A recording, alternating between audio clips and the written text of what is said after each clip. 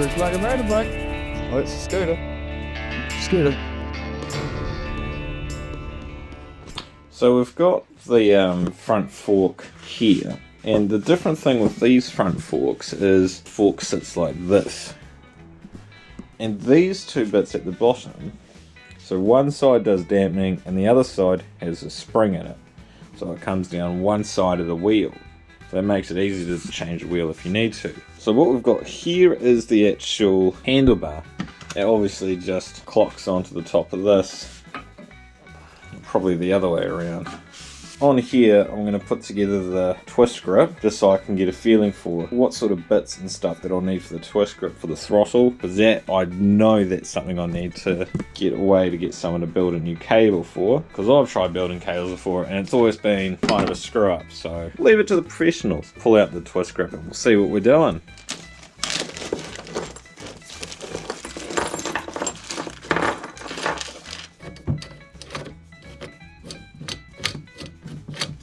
I think because the last ones are broken, like that's got cracks all through it. This bit cracks all through it, so that's no good.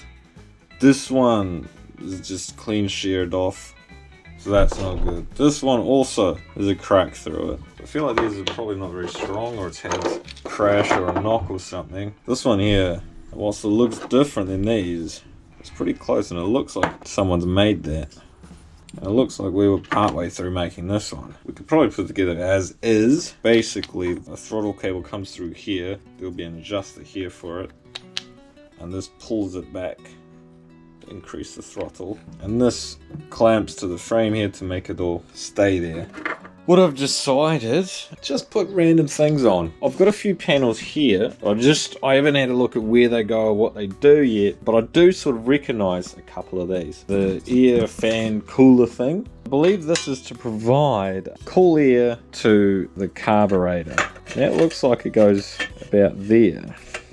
This panel here sits on top of here as well. I'm not sure if that exhaust is still right or wrong yet, but basically sit there. The other panels that I wanted to look at relate to the rear of the scooter.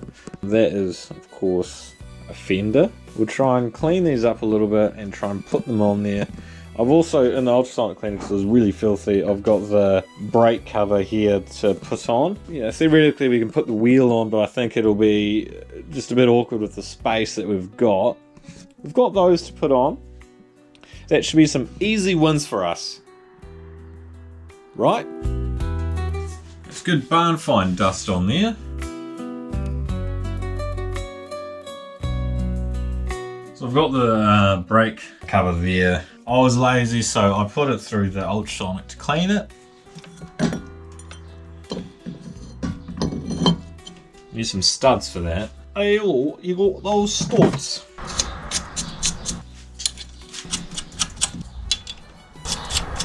It's a nice easy job.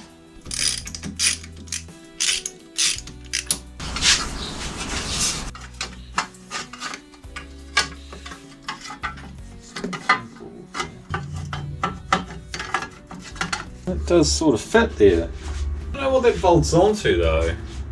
There's nothing apparent. I can tell that this panel is the first one to go on, and then this will bolt to this panel. It quite comfortably just sits there. We'll find some bolts for that. So it looks like we're going to need a lot of little bolts. We don't have any.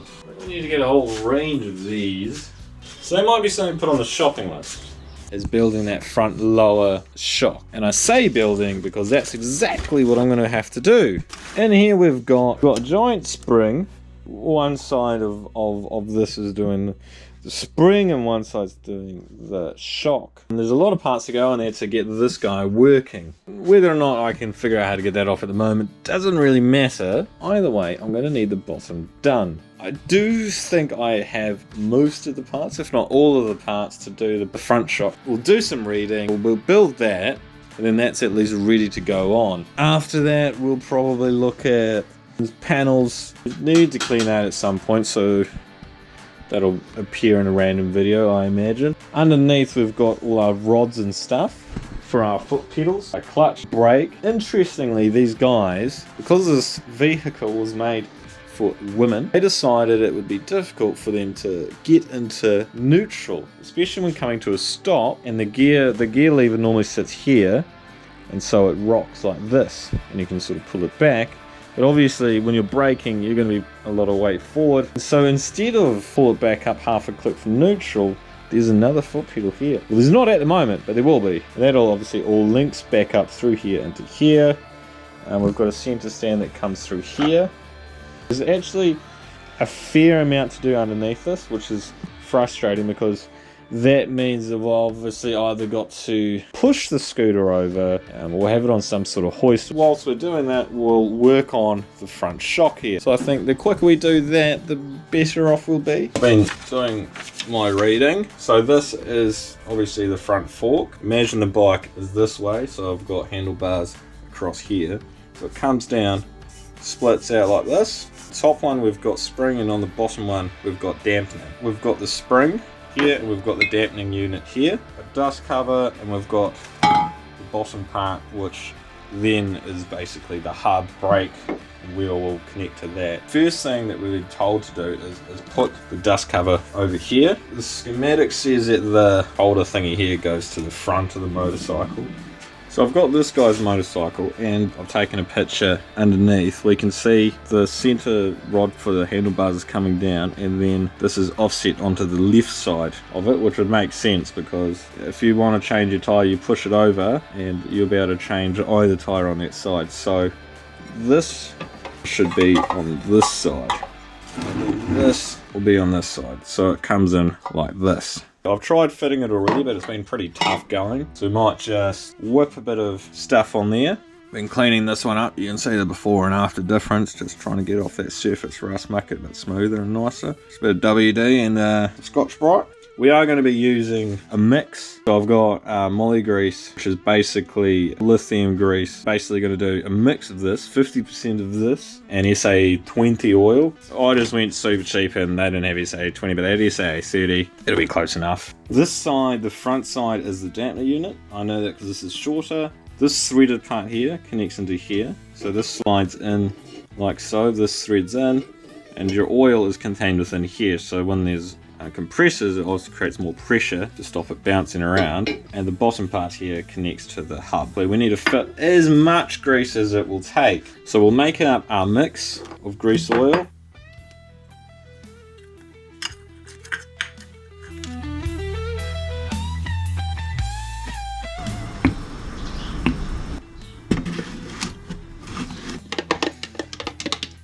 So this is the mix that old mate used. I gave his suspension a good go, and the dampening was really nice, so hopefully we end up with a similar nice dampening as well. It moves, it's still very much grease.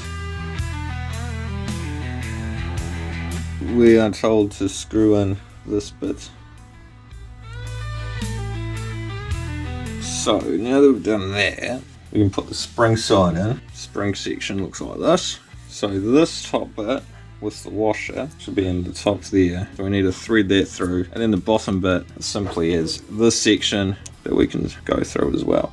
And then we've got the washer, this guy, so he will sit inside the rear shell here at the bottom to try and create a seal, and then this guy will come up through the bottom, screw in like that. Going properly, it seems like a lot of. Next stage, hopefully we get this guy on without any dramas. Yep, so this guy is going to fall down on this side, so that just needs to sit in there. This thing, special tool to pull this through here, but I mean we should be able to get most of the way. If we just pull it out a bit, the oil's thick enough it should stay on there. I don't really understand why you need a tool, but I mean if we elongate that to be this length, slide it into a hub, we should be in a relatively good place. If we just pull this out carefully, should be able to get it down to about there. That should be about the length that we need to slide this guy on.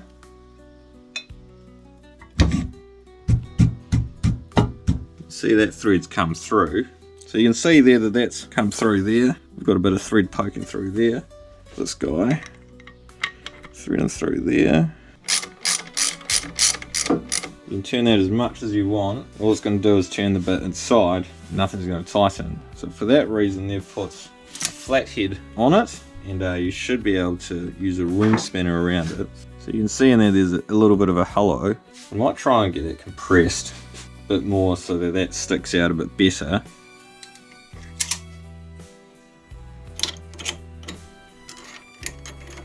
Okay, so that's in.